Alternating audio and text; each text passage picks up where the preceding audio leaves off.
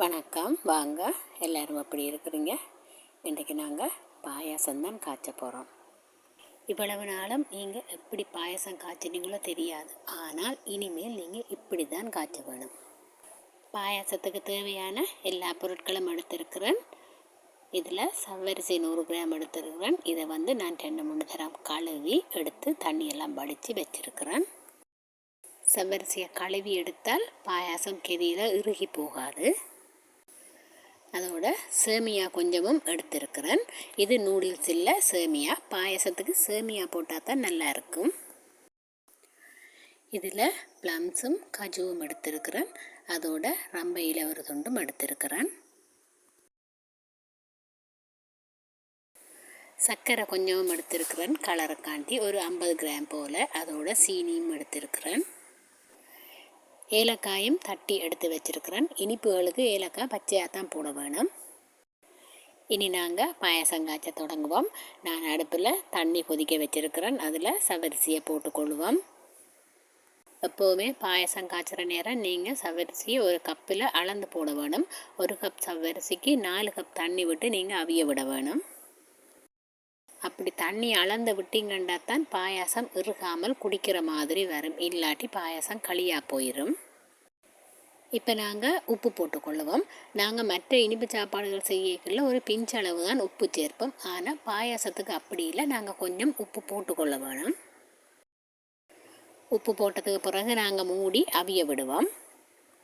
ஒரு 5 நிமிஷம் அவிஞ்சால் காணும். இப்போ நாங்கள் மூடியை திறந்து ஒருக்கா கலந்து விடுவோம். செவ்வரிசி இன்னும் கொஞ்சம் அவிய வேணும். நல்லா அவிஞ்சுதுன்னு சொன்னால் அந்த வெள்ளை வெள்ளையாக தெரியாது. அதுதான் கணக்கான பதம். இப்போ செவ்வரிசி அவிஞ்சிட்டது. ஒருக்கா கலந்து விடுவோம் வடிவா. இப்போ இதில் நான் சர்க்கரையை போட்டுக்கொள்ளுவோம். சர்க்கரை அப்படியே கரைஞ்சி வரும். நல்ல ஒரு கலராக இருக்கும் பாயாசம். அதோட சேமியாவையும் போட்டுக்கொள்ளுவோம். சேமியாவை நெய்யில் வறுத்தும் போடலாம். சீனி போட்டுக்கொள்ளுவோம். நான் எங்களோட சில்வர் கப்பால் அளந்து தான் சவ்வரிசியை போட்டேன். 1 கப் இருந்தது, அதால் நான் 1 கப் சீனி போட்டிருக்கிறேன். தேங்காய் பால் விட்டுக்கொள்கிறேன். அதே சில்வர் கப்பால் 4 கப் தேங்காய் பால் விட்டுருக்கிறேன். தண்ணி பால் தான் இது, முதலாம் பால் வேறையாக இருக்குது. தேங்காய் பாலை விட்டு வடிவாக கலந்து விடுவோம். பாயாசம் எப்போவுமே நாங்கள் குடிக்கிற மாதிரி இருக்க வேணும். கரண்டியில் அள்ளி சாப்பிட்ற மாதிரி இருக்கக்கூடாது. ஆனால் சிலருக்கு அள்ளி சாப்பிட்ற மாதிரி இருந்தால்தான் பிடிக்கும். இப்போ நான் இந்த பாயாசத்துக்கு முக்கியமான ஒரு பொருள் சேர்க்க போகிறேன். ரம்பையில் போட்டால் நல்ல வாசமாக இருக்கும். அதை விட முக்கிய விஷயம் என்னன்னு சொன்னால், பாயசம் குடித்தா சிலருக்கு சளி பிடிக்கிறது. ரம்பையில் போடுறதால சளி பிடிக்கிற தன்மை குறையும். இப்போ நாங்கள் பாயாசம் ஒரு கொதி வரும் வரையும் மூடி வைப்போம்.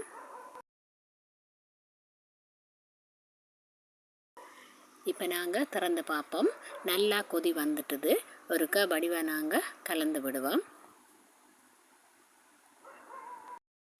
சவரிசியை பார்த்திங்கன்னா தெரியும், சவரிசி குழையில அப்படியே முழுசாக அவிஞ்சு கண்ணாடி மாதிரி பளபளண்டு இருக்குது.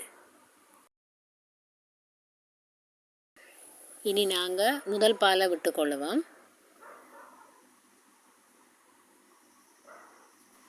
சவ்வரிசி அளந்த அதே கப்பால் 2 கப் முதல் பால் விட்டுருக்குறேன்.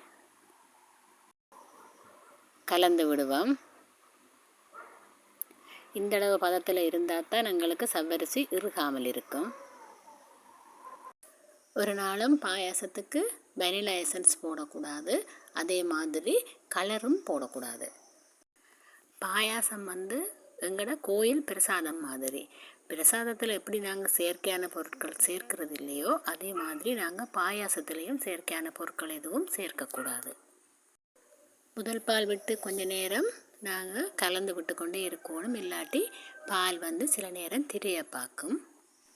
கடைசியாக நாங்கள் ஏலக்காயை சேர்த்துக்கொள்ளுவோம். ஒரு நாளும் ஸ்வீட்டுகளுக்கு ஏலக்காய் பச்சையாக தான் போட வேணும்.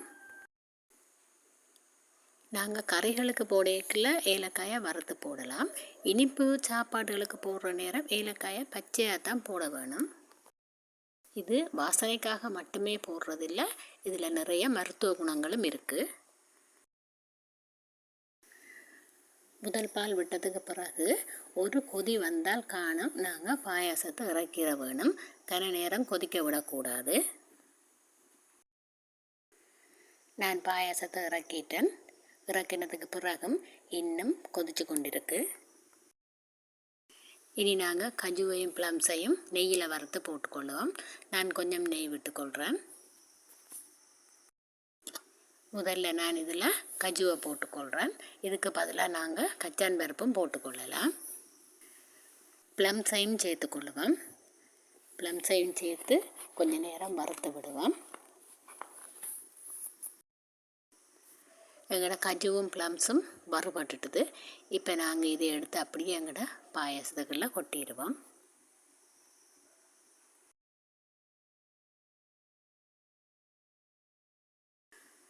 எங்களோட சுவையான பாயாசம் தயாராகிட்டுது.